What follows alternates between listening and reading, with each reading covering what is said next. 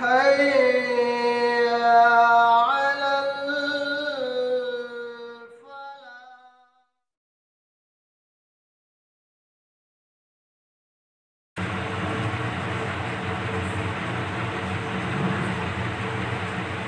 الحمد لله رب العالمين والصلاة والسلام على رسوله الكريم وبعد.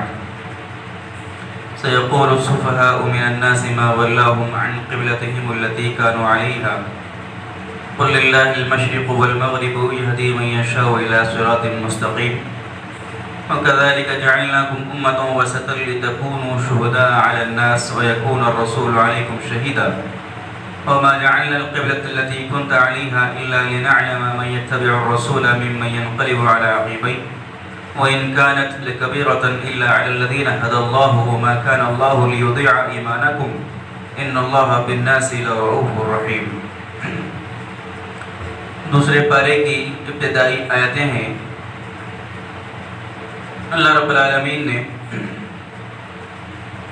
آیت پارے کی ابتدا کے اندر تحویل قبلہ کا اللہ نے یہاں پر ذکر کیا. اللہ نے کہا کہ سیقول السفہاء من الناس ما ولاهم عن قبلتهم التي كانوا عليها کہ عنقریب وہ نادان لوگ یہ کہیں گے کہ جس چیز نے ان کو اس سے پھیر دیا کہ وہ جس کے قبلے پر موجود تھے. قل للہ المشرق والمغرب، اے نبی کریم صلی اللہ علیہ وسلم آپ فرما دیجئے کہ مشرق اور مغرب اللہ ہی کے لیے ہے. یہدی من یشاء الی صراط مستقیم، اللہ رب العالمین جس کسی کو چاہے سیدھے راستے کی طرف ہدایت دیتا ہے. اس آیت کریمہ میں اللہ تعالیٰ نے تحویل قبلہ کا واقعہ تحویل قبلہ کا حکم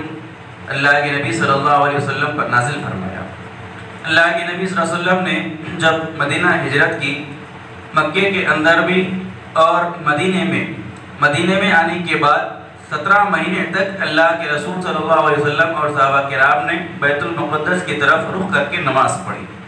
بیت المقدس جو کہ مسلمانوں کا پہلا قبلہ تھا، قبلہ اول تھا. اللہ کے نبی صلی اللہ علیہ وسلم نے مدینہ آنے کے بعد بھی 17 مہینے تک اسی بیت المقدس کی طرف رخ کر کے اس کو قبلہ بنا کر نمازیں ادا کی. جبکہ آپ صلی اللہ علیہ وسلم کی اور صحابہ کرام کی یہ شدید خواہش تھی کہ بیت المقدس سے ہٹا کر مسلمانوں کے قبلے کو خانہ کعبہ بنا دیا جائے، مسجد حرام کو مسلمانوں کا قبلہ بنا دیا جائے. یہ اللہ کے رسول صلی اللہ علیہ وسلم کی شدید خواہش تھی. بہرحال اللہ رب العالمین نے اللہ کے نبی صلی اللہ علیہ وسلم کی خواہش کے مطابق مسلمانوں کا قبلہ تبدیل کرنے کا حکم دیا اور بیت المقدس سے ہٹا کر خانہ کعبہ کو، بیت اللہ کو اللہ رب العالمین نے قبلہ بنایا. اسی کا اللہ نے یہاں پر ذکر کیا اور کہا کہ یہ کفار و مشرکین اور یہ یہود و نصارہ جو اللہ کے نبی صلی اللہ علیہ وسلم پر اعتراض کر رہے تھے قبلے کے تحویل ہونے کے بعد، یہودی خاص طور پر اللہ کے رسول صلی اللہ علیہ وسلم پر اعتراض کر رہے تھے، اور جو مدینے کے منافقین تھے انہوں نے بھی اللہ کے نبی صلی اللہ علیہ وسلم پر اعتراض کیا اور کہا کہ ان لوگوں نے، مسلمانوں نے تو اپنا قبلہ ہی بدل لیا. اللہ رب العالمین نے اس کا جواب دیا کہ قل للہ المشرق والمغرب، کہ اے نبی کریم صلی اللہ علیہ وسلم آپ ان لوگوں سے کہہ دیجئے کہ مشرق اور مغرب یہ تو تمام کی تمام اللہ رب العالمین کے لیے ہے. اللہ تعالیٰ جس چیز کی طرف اور جس سمت کی طرف مسلمانوں کو رخ کر کے نماز پڑھنے کا حکم دے، مسلمانوں کو چاہیے کہ وہ اس سمت میں رخ کر کے نماز پڑھے. نماز ایک اللہ رب العالمین کی عبادت ہے اور عبادت اللہ کے حکم کے مطابق کی جاتی ہے. اللہ رب العالمین بندے کو جس سمت میں رخ کر کے نماز پڑھنے کا حکم دے، بندے پر لازم ہے کہ وہ اسی سمت کی طرف رخ کر کے نماز پڑھے، چاہے وہ بیت المقدس کی طرف ہو یا اللہ کا اگر حکم ہے خانہ کعبہ کی طرف تو خانہ کعبہ کی طرف. اللہ نے کہا کہ مشرق اور مغرب کا مالک اللہ ہی ہے. اللہ رب العالمین کے احکامات کے اندر، اللہ کی مرضی کے اندر کسی کا کوئی عمل اور دخل نہیں ہے. پھر اللہ نے کہا کہ یہدی من یشاء الی صراط مستقیم، اللہ رب العالمین جس کسی کو چاہتا ہے سیدھے راستے کی طرف اس کی ہدایت کرتا ہے. پھر اللہ نے آگے امت مسلمہ کی، امت محمدیہ کی ایک خاصیت اور ان کا ایک امتیاز اللہ نے بتایا اور کہا کہ وَكَذَلِكَ جَعَلْنَاكُمْ أُمَّةً وَسَطًا، کہ اسی طریقے سے ہم نے تم کو امت وسط بنایا لتکونوا شہداء علی الناس تاکہ تم لوگوں پر گواہ بنو وَيَكُونَ الرَّسُولُ عَلَيْكُمْ شَهِيدًا اور رسول صلی اللہ علیہ وسلم تم پر گواہ بن جائے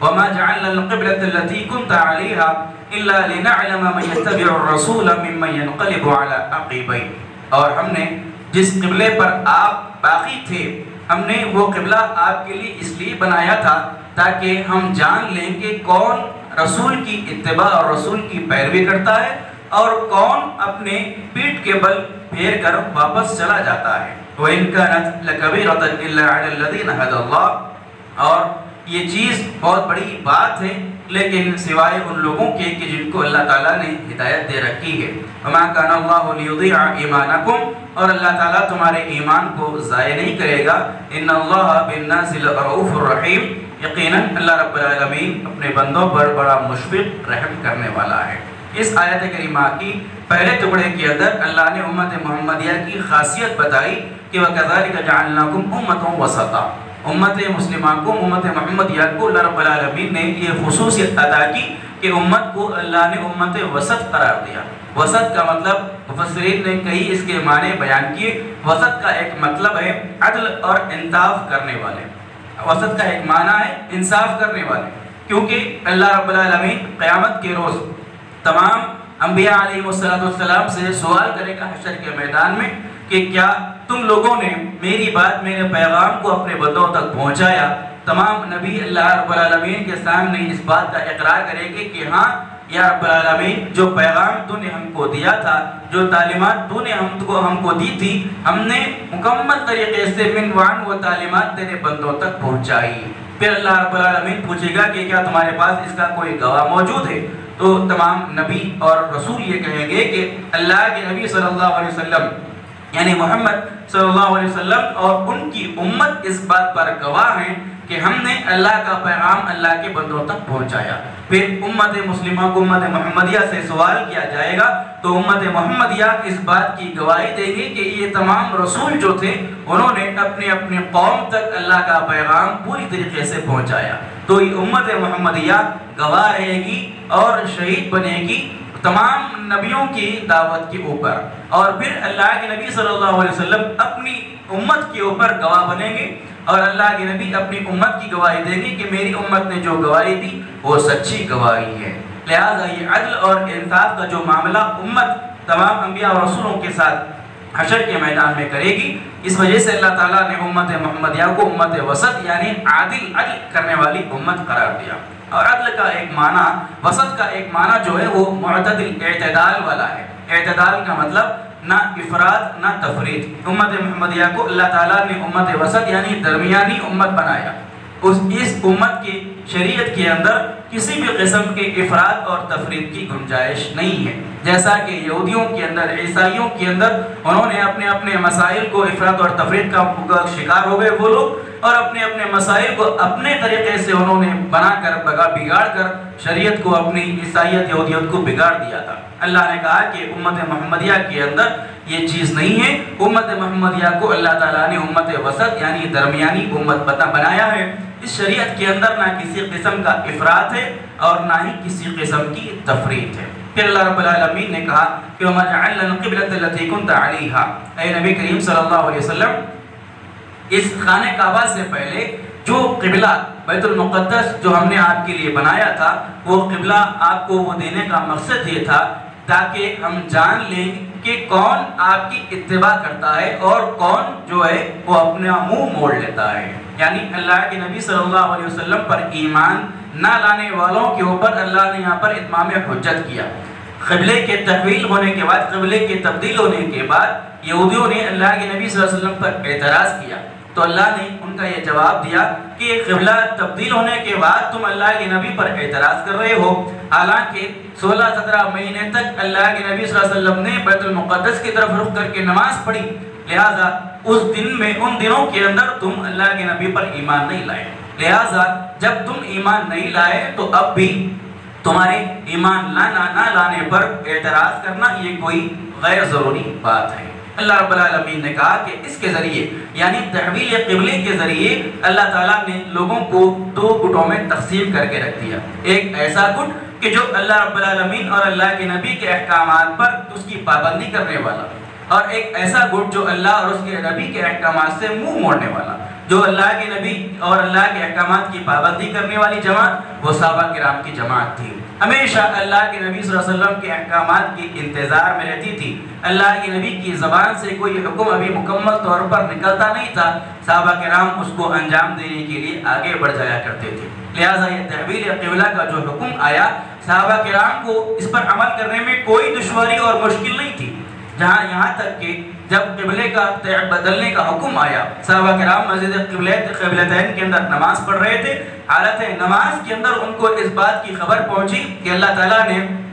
قبلے کو بیت المقدس سے خانہ کعبہ کی طرف بدل دیا ہے. لہذا صحابہ کرام کی جماعت نے نماز ہی کے اندر انہوں نے اپنا قبلہ بدل لیا اور ایک ہی نماز کو دو قبلوں کی طرف رخ کر کے وہ نماز ادا کی گئی. لہذا اس مسجد کا نام مسجد قبلتین پڑ گیا, جو کہ آج بھی مدینے کے اندر موجود ہے. تو یہ صحابہ کرام کی اطاعت اور فرمانبرداری کا ایک معمولی سا نمونہ تھا کہ صحابہ کرام اللہ اور اللہ کے نبی کے احکامات پر عمل کرنے کے لیے پیچھے نہیں ہٹتے تھے. اور وہ لوگ کہ جن کے دلوں کے اندر کجی تھی, جن کے دلوں کے اندر ایمان کی کوئی چیز موجود نہیں تھی, یعنی یہود اور منافقین, وہ اللہ اور اس کے نبی کے کسی بھی حکم کی خلاف ورزی وہ کیا کرتے تھے. پھر اللہ رب العالمین نے آگے بیان کیا کہ ان کانت لکبیرۃ الا علی الذین ھدی اللہ وما کان اللہ لیضیع ایمانکم, اللہ تعالیٰ تمہارے ایمان کو ضائع نہیں کرے گا. مفسرین نے بیان کیا کہ قبلے کے تبدیل ہونے کے بعد بعض صحابہ کرام نے یہ ان کے دلوں میں یہ شبہ پیدا ہوا کہ یہ 17 مہینے کی جو مدت ہم نے بیت المقدس کی طرف رخ کر کے نماز پڑھی, اور اس مدت کے اندر جو مسلمان شہید ہو گئے, جن کا انتقال ہو گیا, انہوں نے صحابہ کرام نے سمجھا کہ کیا بیت المقدس کی طرف رخ کر کے پڑھی گئی نمازیں ہماری کیا وہ ضائع ہو گئی, کیا وہ ان نمازوں کا ہم کو اجر اور ثواب نہیں ملے گا. یہ صحابہ کرام کے دلوں کے اندر یہ شبہ پیدا ہوا. اللہ نے اس کا جواب دیا کہ اللہ رب العالمین تمہارے کسی بھی ایمان کو ضائع نہیں کرے گا, یعنی وہ نمازیں کہ جو بیت المقدس کی طرف رخ کر کے پڑھی گئی, اللہ تعالیٰ ان نمازوں کا اجر اور ثواب بھی تم کو اتنا ہی دے گا کہ جتنا ان نمازوں کا یعنی خانہ کعبہ کی طرف رخ کر کے پڑھنے والی نمازوں کا اللہ تعالیٰ بدلہ دیتا ہے. اللہ نے نماز کو یہاں پر ایمان سے تعبیر کیا. صحابہ کا جو سوال تھا وہ نماز کے بارے میں تھا کہ ہماری نمازیں وہ ضائع ہو گئی. اللہ نے اس کا جواب یہ دیا کہ وما کان اللہ لیضیع ایمانکم, اللہ تعالیٰ تمہارے ایمان کو ضائع نہیں کرے گا. یعنی نماز کو اللہ تعالیٰ نے قرآن مجید کے اندر ایمان سے تعبیر کیا. سوال نماز کا تھا لیکن جواب اللہ نے ایمان سے تعبیر کر کے دیا. اس سے مفسرین نے یہ نقطہ نکالا کہ نماز اور ایمان کے اندر بڑا گہرا تعلق اور بڑا گہرا ربط ہے. نماز کے بغیر ایمان کا تصور نہیں کیا جا سکتا, اور ایمان کے بغیر نماز کا تصور نہیں کیا جا سکتا. جو آدمی ایمان لے کر آ گیا اور اگر وہ اس نے نمازیں ادا نہیں کی, نماز نہیں پڑھتا وہ آدمی, تو اس آدمی کا ایمان اللہ کے پاس معتبر نہیں ہوگا. اور جو آدمی صرف نمازیں پڑھتا ہے اور اس کا ایمان اللہ کے ذات پر نہیں ہے, تو اس کی نمازوں کا کوئی اعتراض اللہ رب العالمین کے پاس کوئی اس کا بدلہ نہیں دیا جائے گا. اللہ رب العالمین نے کہا کہ ان اللہ بالناس لرؤوف الرحیم, اللہ رب العالمین یقیناً انسانوں کے لیے شفقت والا اور رحم کرنے والا ہے. ان آیتوں کے اندر اللہ رب العالمین نے تحویل قبلہ کا حکم نازل کر کے انسانوں کی دو جماعتوں کا تذکرہ کیا. ایک جماعت تو وہ ہے جو اللہ کے احکامات اور اللہ کے نبی کے احکامات پر عمل کرنے کے لیے سب سے زیادہ آگے بڑھنے کی کوشش کرتے ہیں, اور ایک جماعت ایسی ہے کہ جو اللہ اور اس کے نبی کے احکامات کو پیچھے ڈال دیتی ہے اور اس کی خلاف ورزی کرتی ہے. اللہ رب العالمین سے دعا ہے رب العالمین ہم تمام کو قرآن مجید کی آیات کو پڑھنے, سیکھنے, سمجھنے, اس پر عمل کی توفیق عطا فرمائے. آمین. سبحانک اللہم و بحمدک, اشہد ان لا الہ الا انت, استغفرک و اتوب الیک.